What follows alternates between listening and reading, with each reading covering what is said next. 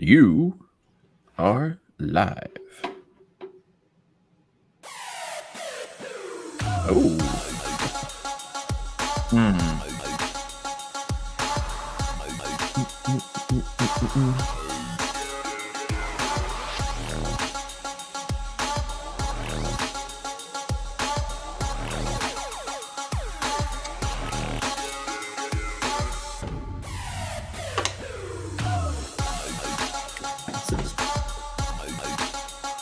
Dope.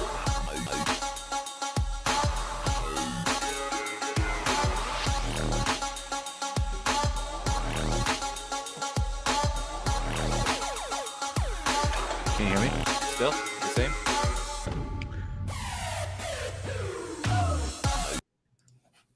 Now what you got? I got the same thing. Can you hear me the same? I was just checking, pulling that sound down so I could check and see. Yeah, I hear you all right. I can hear you All well. right. No, I can hear you well. It's pulling from your mic and not from your speakers, audio. Yep, it's still pulling from my Blue Yeti. Dope. Yeah. That was a lot easier than I thought.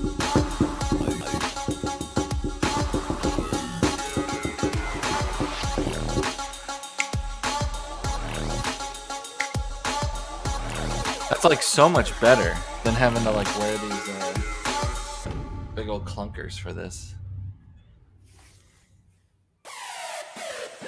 I bet I need to connect my Gen 2s, not my Gen 1s. Yeah. I gotta get my Gen 2s. My fancy ones.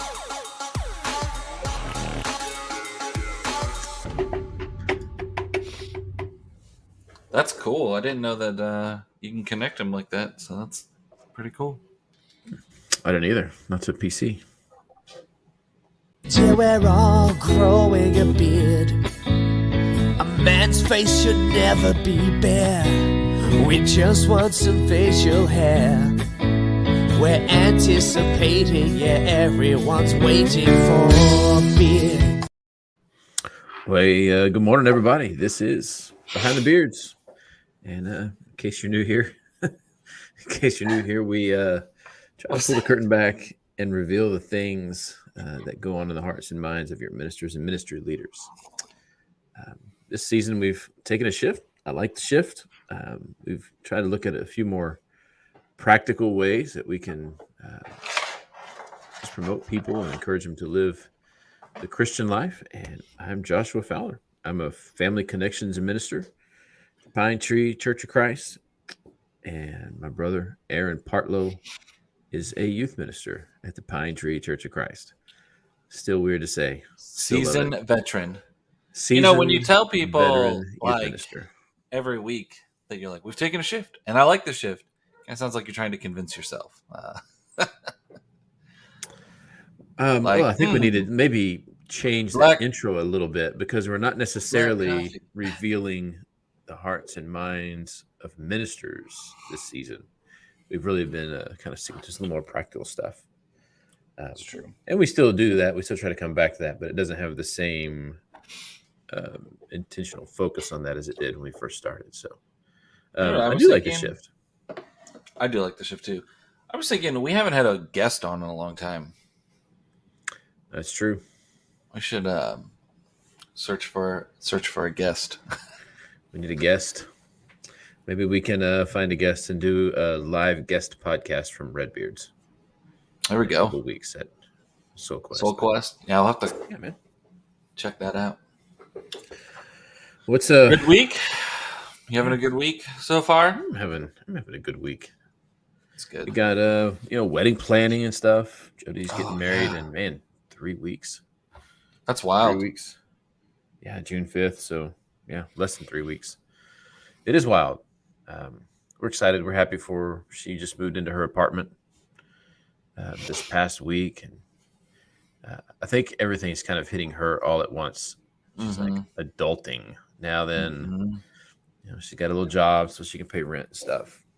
She had to go grocery shopping for like ketchup and mustard and all the things that you kind of just are always there and have always been there when she wanted them at the house. But Right? oh, you actually have to buy those. Adds up. Yeah, and they also Yeah. expire too. And they So you have to expire. actually check the ketchup every once in a while. You know. That's been good. But it's just so nice to be close enough that Heather was able to run up 2 weekends in a row and kind of help her out there. So it's been pretty cool. I was gonna say, Yeah. I bet that is like super nice. Was it 4-hour drive? Yeah, 4.5. Which really isn't bad at all. So No. for all you in Oregon and stuff like that who are complaining about like 4-hour drives, it's really not that bad. It's really not that bad. Getting ready for the summer in the youth ministry, though. So It's a nightmare. It's a nightmare. I hate everyone's like, oh, don't you love the spring? And I'm like, yeah, I love the weather, but like getting people to sign up for stuff is like pulling teeth. It feels like every year I think I get more stressed out trying to get people signed up, trying to justify costs and all sorts of stuff because you're trying to get people signed up and figuring out what it was, and people just like wait till the last minute or all sorts of stuff like this, and it's really really really stressful. And like it gets to the point where it's like I don't know what more I can do than what I've already done, and so then I get to a point of stress where I just go, I've done everything I can, and it's on them. Like I just have to like let it go, and I just have to come to this place where it's like, listen, I've done everything I can, and so it's on parents, it's on the teenagers to like do that. I have sign up boards. I have QR codes. I have emails that go out weekly. It's in the bulletin every week. We post it on our Instagram and our Facebook group. It's like, I don't know. yeah, and we love the spring and we love the summer. Yeah, but preparing for the summer is brutal. It's not. Yeah. So it's like that's the stress level of youth ministry for me that they don't prepare you for in college, or you have to learn how to manage it and deal with it. Is the just getting people to commit and to sign up for stuff. Yeah, and I think the hard part maybe help. I don't know how to help people really understand that I do have to prepare for that July event in May. Right. Yeah. Because once June 1st hits, we've got a bunch of things back to back, and I don't have that time to prep like we normally do. And it's it not reminds the same me. for the families It reminds me a lot of being like a school teacher, and they're like, "Listen, it's a big project. Don't wait for the week before." And everybody waits for the week before, and they're cramming and all this kind of stuff. And you're just like, listen, I told you not to wait for the week before, kind of an idea. And I guess like maybe I've talked to some people who say like, hey, if you sign up by this date, it's this price. And if you sign up by this date, then it's this price, And so they end up charging more. And so maybe that's a route that I'm going to have to go down eventually. But I don't know. We'll see. That's just like, it's one of those things. It's one of those emotional connections to youth ministry that you don't really get prepared for. It's kind of like if you have a ministry that you absolutely love, or you grew up, like I grew up with a New Year's Eve party. If you asked me, Aaron, what was your favorite church event of the entire year? It was the New Year's Eve party. I love the fact that like church people went to church in their PJs. We had a smorgasbord of snacks and board games, and we played board games. And then at 11:30, we went up and sang for 30 minutes into the new year, and then we prayed, and we went home. At like 12:30. That was my favorite event of the entire year. I have never done that anywhere outside of the Oregon City Church of Christ.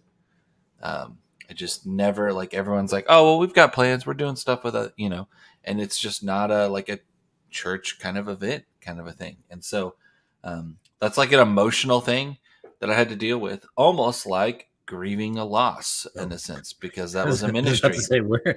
That was a ministry that kind of, where are we going? Well, sometimes ministries die off. Sometimes Oh, yeah, that's Ministries true. have to die off in order for new ministries to grow, because as far as I know, they have not invented a way to put more hours in the week or the month. You only have the same amount. And so if you're going to add new stuff, you always have to take away stuff. And when you take away stuff, there's a grieving process, even for ministries and for mission trips and things that you've done. I remember in Central, when I switched our focus from Wichita Work Camp to Soul Quest, there was a grieving process. There was a grieving process for the people in Wichita who were used to us coming down every year. We had the same host family, loved them. They were so awesome and accommodating just for our group. But there was a mindset switch, and there was a switch for some of our teenagers who loved Wichita Work Camp and Soul Quest. And I said, listen, we're only doing one, so you got to choose. And we chose Soul Quest. And so we switched. And there was a grieving process there. So I think sometimes we have to reset our understanding of what grief is, and that grief isn't only related to, the death of a loved one or something like that. Yeah, and I think I'm going to say probably, especially for men in the generation that I grew up in, the expression of grief was never really taught. Mm-hmm. We always had, hey, real men don't cry was kind of always the theme. And I remember, there weren't very many, men in my life that I saw really grieve. And this is even over death. There was kind of an expectation of this stoic, strong, masculinity that never really understood the value of grieving. And so if I really don't even learn how to express that in death, to really see the nuances of grieving other things in life become even more and more difficult. So this was kind of it's one of the things that Heather and I have kind of been through with children. Our youngest child has left the house, grown up, moved out. And so at 45, we were empty nest. And, with each one, we have really experienced that so very differently. Of course, I'm sad for my kids to not be around, but I'm really excited for what's next. And it took me a while to give Heather the space that she needed to really grieve her kids leaving the house, moving on to the next phase of life, because she had mothers and fathers just have very different connections, with the kids. And Heather she worked from home. And so she was able to be home, and she's been home with those kids for 23 years. And now the last one's gone. And she's still excited about what's to come too, but there's a different process of moving into that next phase of life. Mm-hmm. Kind of like putting away the 4-month-old clothes, where is 0 to 3 and then 3 to 6. When your kids grow out of that stage and you're packing up those clothes. We just grieved that. I can really, when you just said that, I just really related to that, because when Sam grew out of clothes, man, I was ready to pack them up, donate them. Who's got a baby? Who needs clothes? Who needs clothes? Here we go. Here's clothes, all this kind of stuff. And Lauren was like, well, let's just pack it up and let's save it for a while. For a while. We moved, I think it was 10 boxes of clothing and things, all from Sam's like baby years, here to Texas. And it wasn't, we've been here 2.5 years, 2 years, a little over 2 years, almost 2.5. And we, I told Lauren, I said, hey, let's go through those boxes. Like, now's the time. We've got a little bit of extra money. We really want to make that storage area that we have, utilize the space, all that kind of stuff. Let's get into it. Let's get some shelves and put it in it, get things off the ground and things like that. Pulled all those boxes out. We got rid of like almost all of it. But it was a long process. It wasn't this is a box of that, throw it in your car and take it to Goodwill, throw it in your car. It was let's go through it. Let's like add these to our memories and things like that. And so there was like this process of going through it. And there was an emotional process, and it took me a while to learn some of these processes where it's not about me pushing her through it; it's about me experiencing it with her. Yeah. As our husband. Well, so we're at lunch on Sunday, Mother's Day, and I don't know if you saw, but there was a lady who came in. She had a daughter, and her daughter was almost up to her shoulder. That's how tall she was. Hmm. I didn't know that until she put her down because the mother was carrying the daughter like a toddler. Oh, wow. And when she came by, all I saw was this. I was like, man, that's a massive leg wrapped around that woman. And then she set her down. I'm like, oh, that's a big kid that she just carried into the. And it made me think. Just recently, I think it was a TikTok, and one of them said, just think, someday you will pick your child up, and when you set them down, you will be setting them down for the last time, and you'll never pick them up again. Well, that just makes me cry. Thank you. I know. And I was appreciate that. I was like, whoa. But then I saw this lady. I'm like, well, not necessarily. Yeah. Like maybe you can. But those are those moments that there's a passing of time and it's natural. But we have to take the time to really sit and grieve the things that we've lost while we enjoy what's ahead. I think of birthdays, when you get to the 20s, 30s, 40s, so a lot of times the temptation is to like, oh, I'm getting old. But it's not necessarily that we're getting old. It's that we're looking at things that are past. Something struck me when I was talking to my mother Sunday night. She asked if we were in Austin when so-and-so was there. And I said, Mom, you realize we left Austin almost 30 years ago. Whoa. It's been 28 years. 28 years in June since I moved out of Austin to go to college. And she said, Josh, that means I'm getting old. Yeah. So there's all kinds of things that we really have to grieve as we look forward.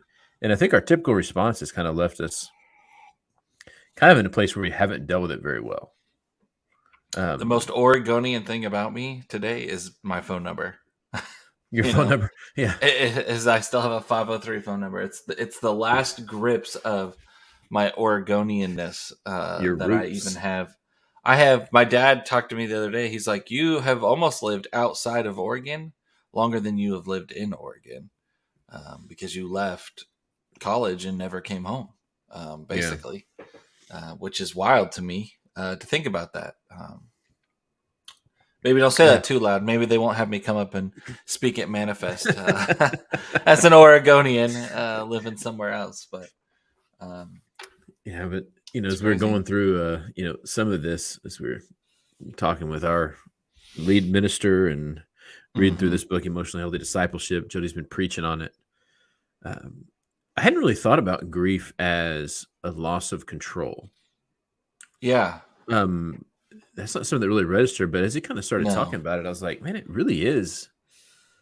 Like there's something in the midst of grief, I feel like I'm losing control. Yeah. Or maybe it's the loss that kind of drives me to that. Is there something about grief that you really struggle with personally? I have a hard time grieving in the moment. I feel like I've always put like on a game face, whether it be a funeral or whether it be something. It doesn't. I feel like I'm dial up internet. Like it takes a long time for that final file to finally download, and when it does, then grief really hits me. But and I think grief hits me in different places. Like I think there's music and movies and inspirational moments. I get choked up very easily. And a lot of times for me, it's tied to some sort of other thing going on, in my life or something. It wasn't until like later that I grieved the loss of my grandmother. It wasn't until, a couple years in at Kansas that I grieved, kind of our ministry experience in Washington State. And that kind of stuff. It's I have a very fight or flight response that kind of kicks in when grief kicks in, and it's like, all right, we're gonna fight through this, or I'm gonna run away from it, or kind of this game face. And so I think I struggle with grieving in the moment and trying to be there. However, there is some self awareness there, and so I do try to like pull myself in and experience those moments. Yeah. Well, so emotion. I don't know. No, emotion wasn't void in my life. I mean, I saw my dad emotional many times, Yeah. and I saw my grandfather emotional many times. And so it wasn't so much emotion for me, but grief was not something I ever really understood. I know what I recognized early on was the grief of others Mm. was a holy and sacred emotion. Okay. And kind of what I mean by that is if you gave me a choice to do a wedding or a funeral, I'd rather do a funeral any day as a minister. Really? Because what you find in those moments of grief is people don't have the energy to put up walls. They don't have the energy to put up defenses. And they are, as a general rule, so much more receptive to receiving the grace and the mercy of God. And I think it's because when we get into grief, we surrender that loss of control. And we are now available maybe more than we ever will be to really experience that presence. And it's just holy and it's sacred in those moments. Whereas with other aspects, we have control over the planning. Things are going as they are. Everyone has their own opinion. And that can happen around funerals as well. But to a large degree, people are just really receptive. Right. And there's a holiness around grief that it's not an interruption to life. It's an opportunity to witness the grace of God in those moments of grief. As we're putting something away and looking forward to kind of what comes next. And so I just, it's only been recently that I have really not really allowed myself, but try to encourage myself to experience that for my own. And maybe some of it comes from being a minister. You feel like you have to kind of wall off some of that so you can be a source of strength for folks that are going through difficult times. And it becomes too easy to carry that wall forward and just kind of prevent yourself from being in that moment as well. So, yeah. But there's a lot of good stuff. Peter Scazzaro says, "Find the hidden treasures in grief." It's like that's. What is that? Weird, what does that mean? Yeah, but there are some things. Well, I think there's some beautiful moments in grief. I remember at and I know we're talking a lot about funerals, and grief is not just about funerals. But I remember at my uncle Norman's funeral, they asked my dad, was in a singing group at the time, to sing one of their songs, and I was you probably know this about me, but I like to sing. And I like to mimic too, and usually when I'm song leading, I'm mimicking my father. I think I've told him this. I've told other people this. They're like, "Wow, you just have this confidence when you're leading singing," and I'm like, "Well, I just pretend I'm my dad." And I've always seen my dad. I've always seen my dad as this big ball of confidence whenever he's leading singing, kind of a thing, and it's cool. But at this funeral, they stood in the back. And I remember my dad putting his hand on my back, and he pulled me close. He says, "Hey, I need you to sing just like me and with me as loud as you can, because I don't know if I can make it through this song. Yeah. And if I stumble, you have to keep going." Oh yeah. And I that's a vivid memory in my head. I don't even know if he would remember that, but and it was one of their songs that they always sang. So I knew it word for word. I knew his part note for note. And I don't even remember if he stumbled at all and I jumped in there, but I just remember singing as loud as I could. I remember him getting a little choked up, And I remember like that we were just singing through it. And it's a beautiful song. I mean, it's a beautiful song about going to heaven and being with Jesus and all this kind of stuff. And that is like, that's a crown jewel for me, that in that grief, that my dad and I could share that moment. We could share in the loss of my Uncle Norman, who was an elder in the church, who was a mentor to my father, who, I remember, it was like another set of grandparents for me. My Auntie Frances is still alive today, and I love going and seeing her and stuff like that when we go back to Oregon. And so, and I think also moving on, like one of the gems of grief like that is when we talk about, the death of a ministry, that there can be a birth of a new ministry. And things like that. And so there's a gem there. There's something beautiful that can come out of that space. I also think of, if a restaurant closes down, most of the time something new is going to go into that spot. And so sometimes in our life, when something passes, something goes away, that means that something new can kind of fill that void. Or fill that spot in those places, and I think sometimes that's hard for us to fully grasp, especially in the moment. But I look forward to. That's the only part of moving that I enjoy, is setting up your house, because you're in a new space. Right. And I like these. I like these 3 phases that he kind of talked about as you kind of go through them. And it's not this is not the 5 stages of grief or all of no, this. It's not. But there's which are good, but we're not talking about those today. And the first one, as he talks about, is something that I've really connect with, which is pay attention to pain. Yeah. And one of the things, if you look at the culture that we're in, I mean, we're doing everything we can to not feel pain.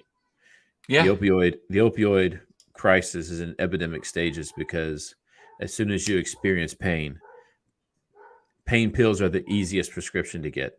Yeah.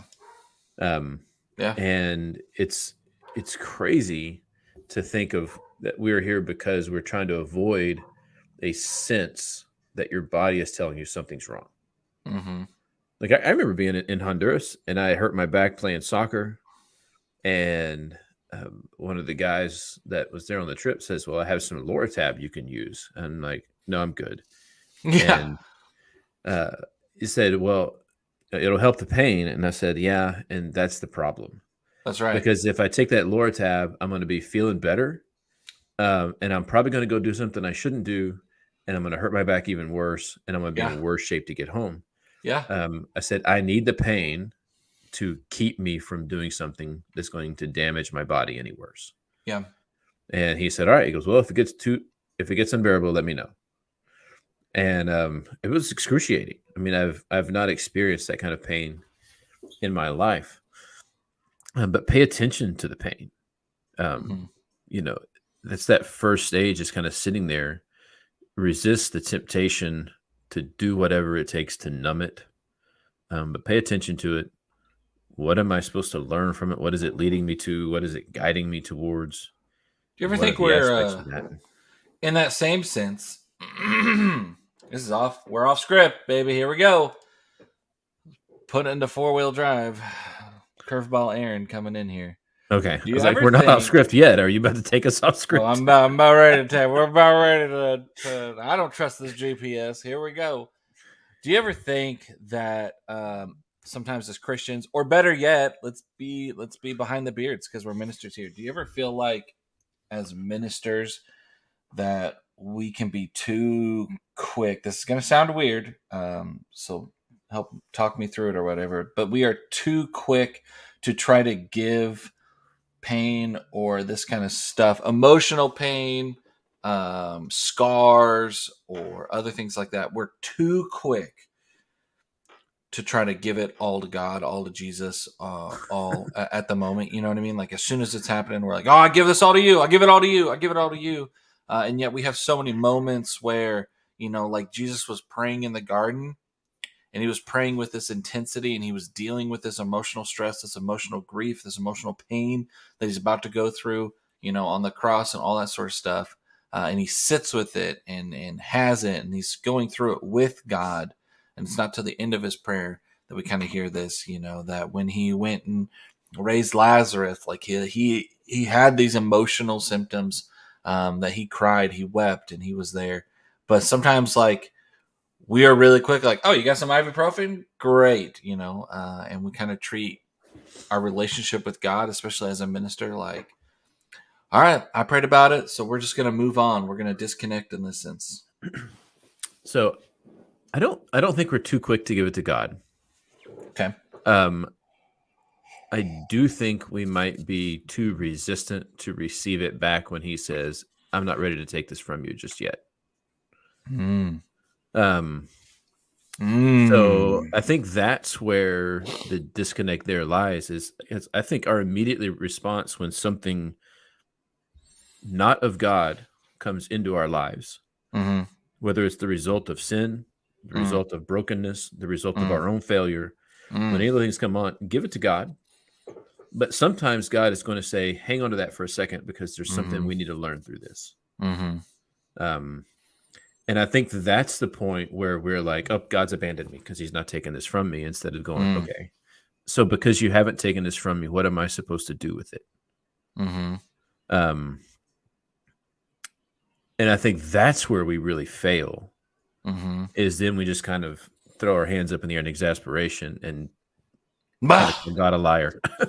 That was exasperation for everyone listening to the audio of our podcast. Wanted to make sure you're feeling really a part of the show. So interesting. It's kind of my thought. Okay. It's a good thought. I like it. Well, the problem I think is sometimes I do. right? Like I do. I think sometimes people are too afraid of living in the moments of emotions that sometimes that we expect. I think it's almost tied to a sense of prosperity gospel. Yeah. But not in a money sense, but in my life is supposed to be great and good and happy. No, but why do we take comfort in Job? I don't. That's a terrible book. But when anyone talks about grief, why do we go to Job? Because there's something great that happens at the end. 10 times more he gets at the end. And so we're like, oh yeah, man, just be faithful like Job and you're going to get 10 times more in the end. Sidebar. So how crappy would it be to be Job's wife? Because 10 times more kids? Like, that's a lot of years of preggo-ness. Like,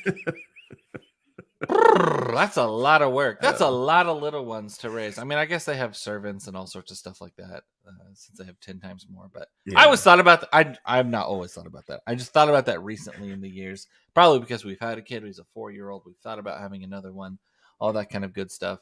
And I was like, man, like at some point you're just like, no, I'm good. I'm done having kids. And the guy's like, I'm going to bless you with 10 more kids. And you're like, all right.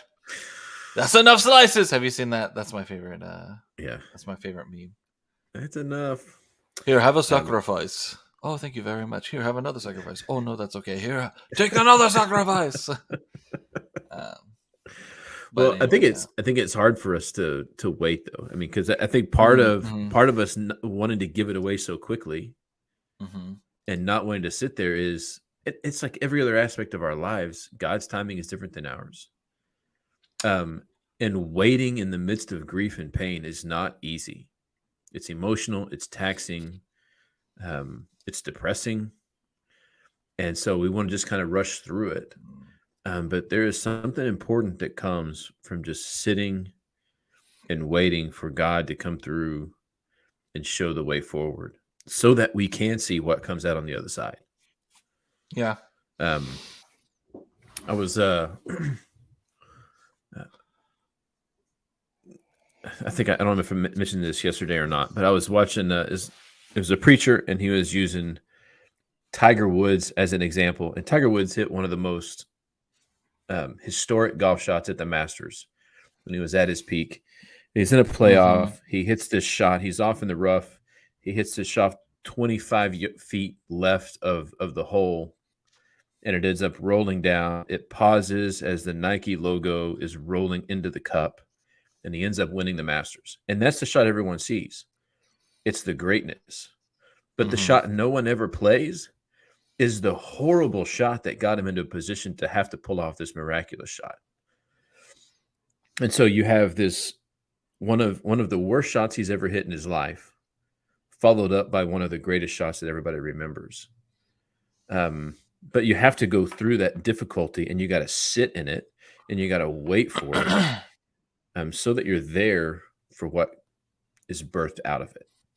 And I think a lot of times, because we're not willing to just sit and wait in pain and grief, we don't get to experience the beauty of what God wants to raise up out of those ashes. Well, it's kind of the beauty of that Pixar movie, right? The Inside Out. Oh, Inside Out. Where you see the beautiful full spectrum of all emotions, and that like we don't need to that we need to experience all emotions. Like it's not all about joy. Like it's okay to have joy and sadness.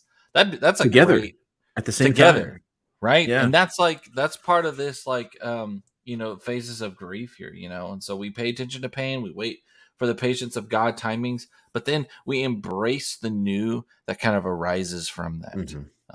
There's that joy that can arise from that. There is, the aspect of like the phoenix coming back to life and something, and it might look completely different. And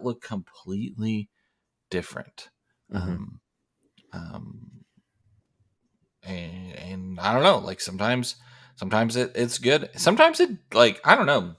I guess like embraces the new that arise does not mean that the new is always going to be better either. I guess that's what I wanted to try to get to. Sometimes we always think the Job story, like the new is going to be better and greater.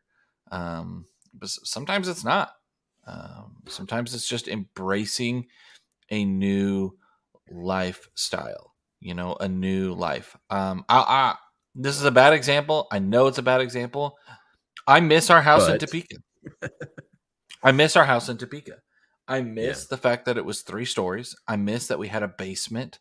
I miss that I had a space upstairs that I could go to, and I had this beautiful lookout and view and everything. But guess what, Josh? I love our house in Gladewater. I love that I've got beautiful oak trees in my front yard that drop branches and scare the crap out of me. I do like that we have a nice large backyard that I can, let the dogs out. I couldn't do that in Kansas, and all this kind of stuff. And so I miss my house. Do I think this house is better than our house in Kansas? No, I wish my house in Kansas was in place of this house, but on this property, kind of an idea. So my new is not necessarily better, but there's an embracing that's here. I do like that my computer is out in the living room.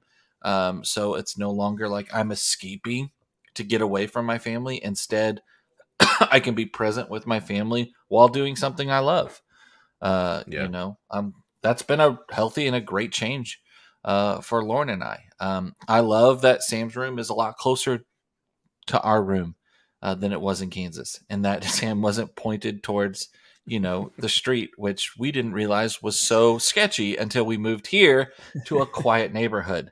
We got used to random people walking by and showing up. I think that someone have to be encouraged to embrace the new that comes out of it, because it may be very different. And it's not better, it's not worse, it's just different. It's new. It's just different. And we have to be willing to embrace those things that are different. I feel like we said that a lot. Something new in you, and we said that a lot when we took over directorship of Tallgrass. yeah. We spent the entire first year with staff who loved the old version of Tallgrass, and we fell on our knees and we're like, "Listen, it was great under the old directors. We love them, and we respect what they did for camp, and we can't recreate that.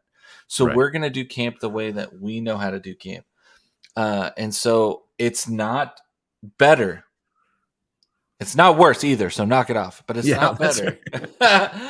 It's just different. And it's authentic. It's authentic. So buy in to the fact that this is different. To be honest, I struggle with that right now. They have a new director at Tallgrass, and I honestly am so happy that they have new blood and new things going on there. And I have to constantly remind myself, Aaron, it's not better and it's not worse. So knock it off. That's right. That's right. It's just different. It's just not you. And maybe it's not me. And maybe that's what and that's all there is to it. I'm not there to recreate it or to redo it. I'm not even there to experience it. So get over it. It's fine. It's just different. Same thing in your church. If somebody takes over a ministry, that maybe you've been a part of like for small groups for all these years. Yeah, like small groups or I don't know, you have a new youth minister come in. Don't ever say to them, well, that's not how the last guy did it. Okay, but where is the last guy? He's not here. So this is the way that I'm going to do it. And it's not a hard-headedness. It's a being authentic to who we are.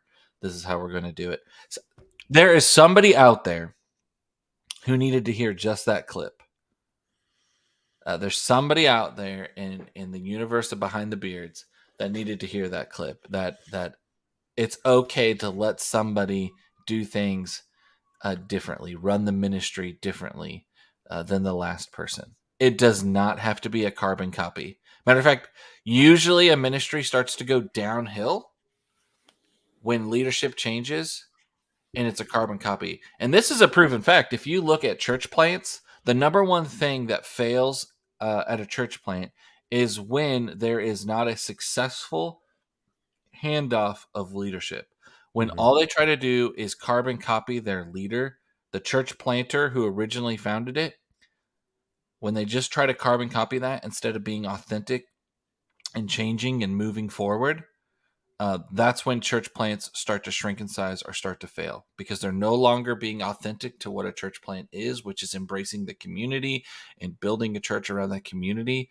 And whereas they try to then impose past leadership kind of values on them, Right.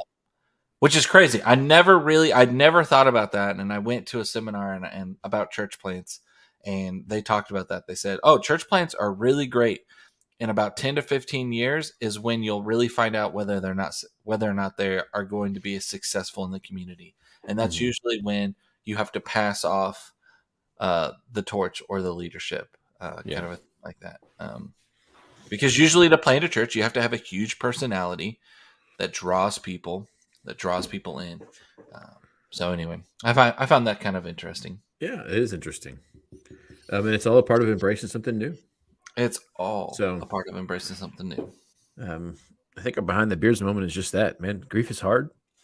Yeah. There's a lot don't be afraid of it. Grief that we want to kind of push down, stuff down in, but confront it.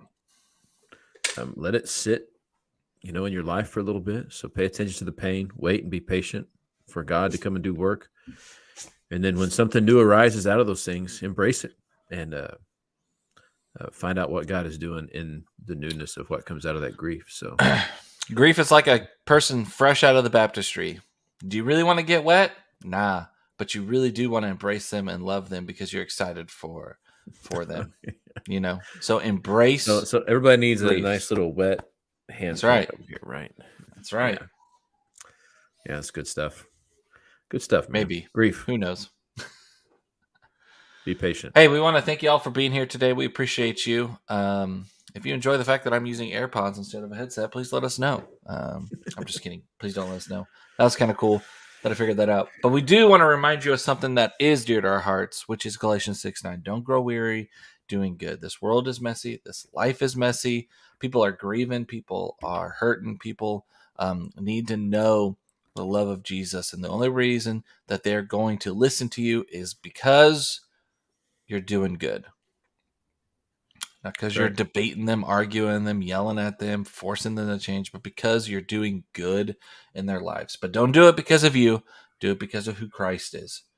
So do something good in his name. I'm Aaron. This is Josh. And we'll see you next week on Behind That's right. The The beards. beards. We're talking about love next week, right? Yep, Are you I gonna be gave ready you a for good- love next week? I'll be ready for love. All right. Behind the beards. Till we're all growing a beard. A man's face should never be bare. We just want some facial hair. We're anticipating, yeah, everyone's waiting for a beard. I had to leave you hanging there for a sec. I know. I was brutal, man. Brutal.